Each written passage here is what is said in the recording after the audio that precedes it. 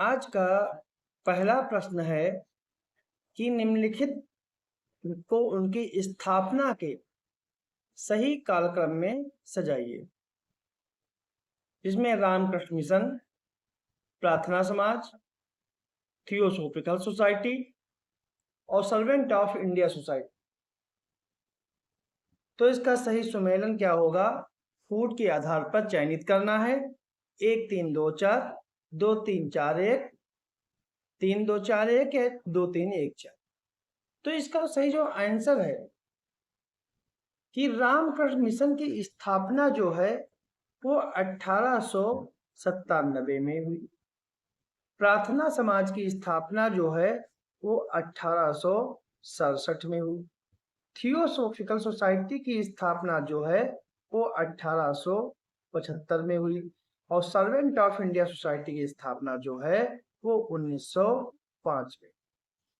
तो इस प्रकार सही सुमेलन जो है वो है डी ऑप्शन। डी ऑप्शन इसका जो है वो सही।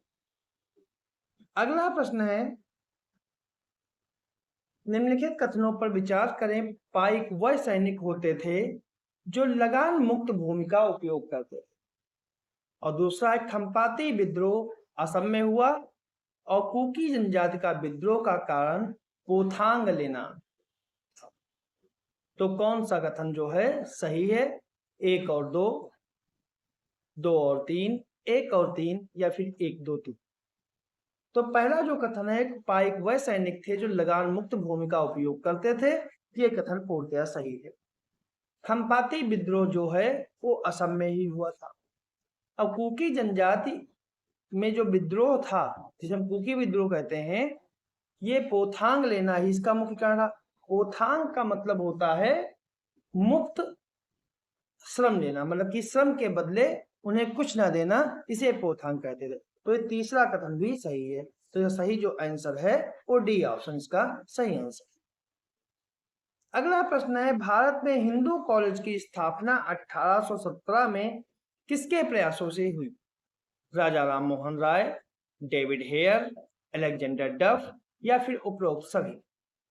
तो इसका सही जो आंसर है वो आपका है डी ऑप्शन, उपरोक्त सभी। क्योंकि 1817 में कोलकाता में हिंदू कॉलेज की स्थापना राजा राम मोहन राय, डेविड हेयर और अलेक्जेंडर डफ के संयुक्त प्रयासों से हुई थी, और जो आधुनिक शिक्षा के प्रसार में एक मील का पत्थर था। अगला प्रश्न है, निम्नलिखित कथनों पर विचार करें कि तामलुक सरकार की समांतर सरकार ने तूफान पीड़ितों के लिए सहायता कार्यक्रम शुरू किया था। इस सरकार ने सशस्त्र विद्युत वाहिनी का गठन किया था। इस वाहिनी की सदस्यता मातंगिनी हजारा की आंदोलन के दौरान गोली लगने से मृत्यु हुई थी। तो इसका कौन सा कथन सही? कि 1 और 2, 2 और 3, 1 और 3 या फिर 1 2 3? तो जो इसका सही जो आंसर है वो आपका है डी ऑप्शन, 1 2 3। तीनों कथन इसके जो हैं वो सही। तामलुक सरकार जो सामंत सरकार थी, ये दिसंबर 1942 से सितंबर 1944 तक चली थी। अगला प्रश्न है, बंगाल विभाजन के संदर्भ में विचार कीजिए कि गोपाल कृष्ण गोखले ने बंगाल विभाजन को हमारे घाव पर नमक की तरह बताया। सुरेंद्र बनर्जी ने कहा था बंगाल विभाजन हमारे ऊपर एक वज्र की तरह गिरा है। तीसरा है कि महात्मा गांधी ने बंगाल विभाजन को भारत के वास्तविक जागरण की शुरुआत माना। और लॉर्ड कर्जन ने कहा कि विभाजन ने बंगाली मुसलमानों को एकता का ऐसा अवसर प्रदान किया है जो उन्हें मुगल बादशाहों के समय भी नसीब नहीं। तो इनमें कौन सा कथन सही है? केवल 1 और 3, 2 और 3 4, 1 2 3 4 या फिर 1 2 4? तो इसका सही जो आंसर है वो आपका है सी ऑप्शन, 1 2 3 4। मतलब 3 चारों कथन जो हैं वो पूर्णतः सही हैं और बंगाल विभाजन के प्रमुख नेताओं की उनकी प्रतिक्रिया। अगला प्रश्न है, निम्नलिखित में से किस व्यक्ति ने महात्मा गांधी के चंपारण सत्याग्रह का विरोध किया? राजकुमार शुक्ल, ब्रजकिशोर प्रसाद, NG रंगा और जय नारायण व्यास। तो इसका कौन सा कथन जो है सही है? तो इसका सही जो आंसर है वो है सी ऑप्शन, NG रंगा। NG रंगा एक प्रखर किसान नेता और स्वतंत्र विचारक थे, जिन्होंने शुरू में गांधी के चंपारण आंदोलन के तौर तरीकों पर सैद्धांतिक असहमत जताई। अगला प्रश्न है, असहयोग आंदोलन के संदर्भ में निम्न कथनों पर विचार करें कि नागपुर अधिवेशन 1920 की अध्यक्षता विजय राघवाचार्य ने की थी और इस अधिवेशन में असहयोग आंदोलन से संबंधित प्रस्ताव CR दास ने प्रस्तुत किया। तो इनमें कौन सा कथन सही है? केवल एक, केवल दो, दोनों या इनमें से कोई? तो इसका सही जो आंसर है वो आपका है सी ऑप्शन। इसके दोनों कथन जो हैं वो पूर्णतया सही। अगला प्रश्न है, सुभाष चंद्र बोस ने गांधी जी की दांडी यात्रा की तुलना किससे की थी? लिंकन के गेटिसबर्ग मार्च से, हिटलर के बर्लिन मार्च से, नेपोलियन के पेरिस मार्च और मुसोलिनी के रोम मार्च से, या चर्चिल के लंदन भाषण से? तो इसका सही जो आंसर है वो आपका है सी ऑप्शन, कि सुभाष चंद्र बोस ने गांधी जी की दांडी यात्रा की तुलना नेपोलियन के पेरिस मार्च और मुसोलिनी के रोम मार्च से की थी। अगला प्रश्न है, सविनय अवज्ञा आंदोलन के दौरान दांडी यात्रा के समय गांधी जी ने किस अमेरिकी पत्रकार को अपने आश्रम में ठहराया था? ऑप्शन है Louis Fischer, Webb Miller, Annie Besant और एडविन लुटियंस। तो इसका सही जो आंसर है वो आपका है बी ऑप्शन, वेब मिलर। अमेरिकी पत्रकार वेब मिलर को गांधी जी ने 1930 में दांडी यात्रा से पहले आश्रम में ठहराया था ताकि वह इस ऐतिहासिक आंदोलन को विश्व पटल पर प्रचारित कर सके। अगला प्रश्न है, कथनों कारक पर कि मिहिर भोज ने अपने सिक्कों पर वाराह की आकृति अंकित की थी और कारण है वह स्वयं को विष्णु का अवतार मानता था। तो इनमें कौन सा कथन सही है? कि ए या दोनों सही हैं, आर ए की सही व्याख्या करता है। ए या दोनों सही हैं किंतु आर ए की सही व्याख्या नहीं करता है। ए सही है किंतु आर गलत है, या ए गलत है परंतु आर सही। तो इसका सही जो आंसर है वो आपका है सी ऑप्शन, ए सही है परंतु आर गलत है। मतलब ए सही है, आर गलत है, क्योंकि मिहिर भोज जो था, मिहिर भोज ने स्वयं को आदि वाराह कहा। आर गलत है, ठीक है, स्वयं को आदि वाराह कहा था। सॉरी, इसके दोनों कथन सही हैं और एक दूसरे की व्याख्या ये कर रहे हैं। मिहिर भोज ने अपने सिक्कों पर वाराह की अंकित किया, स्वयं को विष्णु का अवतार मानता था। अगला प्रश्न है, निम्नलिखित कथनों पर विचार कीजिए कि विग्रह राज चतुर्थ को कवि बांधव की उपाधि दी गई है। विसल देव ने अजमेर में एक विद्यालय की स्थापना की है और विसल देव विग्रह राज में स्वयं हरकेल नाटक की रचना की। तो इसका कौन सा कथन सही? एक और दो, दो और तीन, एक और तीन, या फिर एक दो तीन? तो विग्रह राज चतुर्थ को कवि बांधव की उपाधि दी गई है, तो ये पहला कथन सही है। विसल देव की उपाधि, विग्रह राज चतुर्थ की उपाधि है विसल देव, ठीक है। और विसल देव ने अजमेर में एक विद्यालय की स्थापना की थी, संस्कृत विद्यालय की, जिसे सरस्वती मंदिर कहते हैं। और विसल देव विग्रह राज में स्वयं हरकेल नाटक की रचना की थी।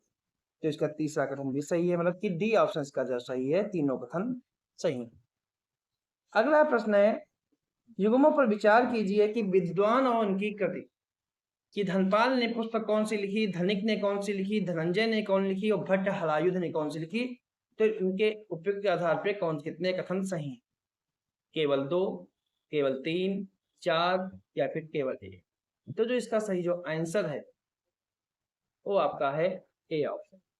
केवल 2 कथन सही, क्योंकि धनपाल ने पायल लच्छी माला और तिलक मंजरी जैसी जैन कविताएं लिखी। धनिक ने मृत संजीवनी नहीं लिखी है। धनिक ने काल निर्णय और 10 रूपावलोक जैसे ग्रंथ की रचना की।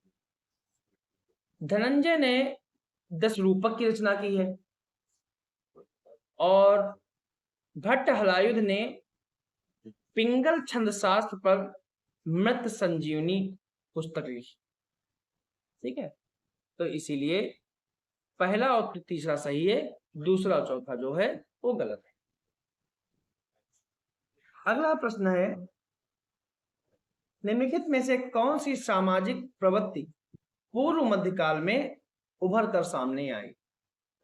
ऑप्शन है व्यापारियों का प्रभुत्व बढ़ा, ब्राह्मणों का प्रभाव केवल धार्मिक कार्यों तक सीमित रहा, भूमि दान के आधार पर श्रेणीबद्ध समाज की रचना हुई और वैश्यों को राजनीतिक सत्ता में भागीदारी। तो जो इसका सही जो आंसर था वो है आपका सी ऑप्शन कि भूमि दान के आधार पर श्रेणीबद्ध समाज की स्थापना। समाज स्पष्ट रूप से उच्च और निम्न वर्गों में विभाजित हो गया और जाति संरचना और अधिक जटिल। ब्राह्मणों की भूमिका विस्तृत हुई, वह केवल धार्मिक कर्मकांड तक सीमित नहीं रहे बल्कि उन्होंने कृषि, व्यापार और प्रशासनिक कार्यों में भी भागीदारी। अगला प्रश्न है, महमूद गजनवी का भारत पर अंतिम आक्रमण किस क्षेत्र पर था? सोमनाथ, मुल्तान, कश्मीर या फिर सिंध? तो जो इसका सही जो आंसर था वो है आपका डी ऑप्शन, सिंध। अंतिम आक्रमण जो है वो सिंध पर किया। इसके बाद महमूद गजनवी ने कोई भी भारत पर आक्रमण नहीं किया। यह आक्रमण जो था वो 1027 में।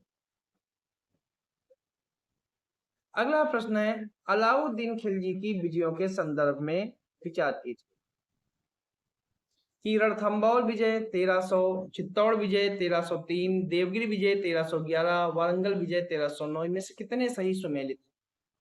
केवल 3, सभी 4, केवल 1 या केवल 2? तो जो इसका सही जो आंसर है वो है आपका बी ऑप्शन, इसके सभी जो विजय हैं वो सभी सुमेलित। चित्तौड़ में की विजय जो है वो 1303 में की थी और चित्तौड़ का नाम बदलकर इसने खिजराबाद रख दिया था।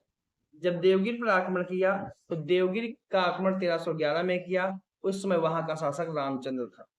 जब वारंगल विजय किया तो यहाँ 1309 में किया और यहाँ का शासक काकती शासक रुद्रदेव सेकंड।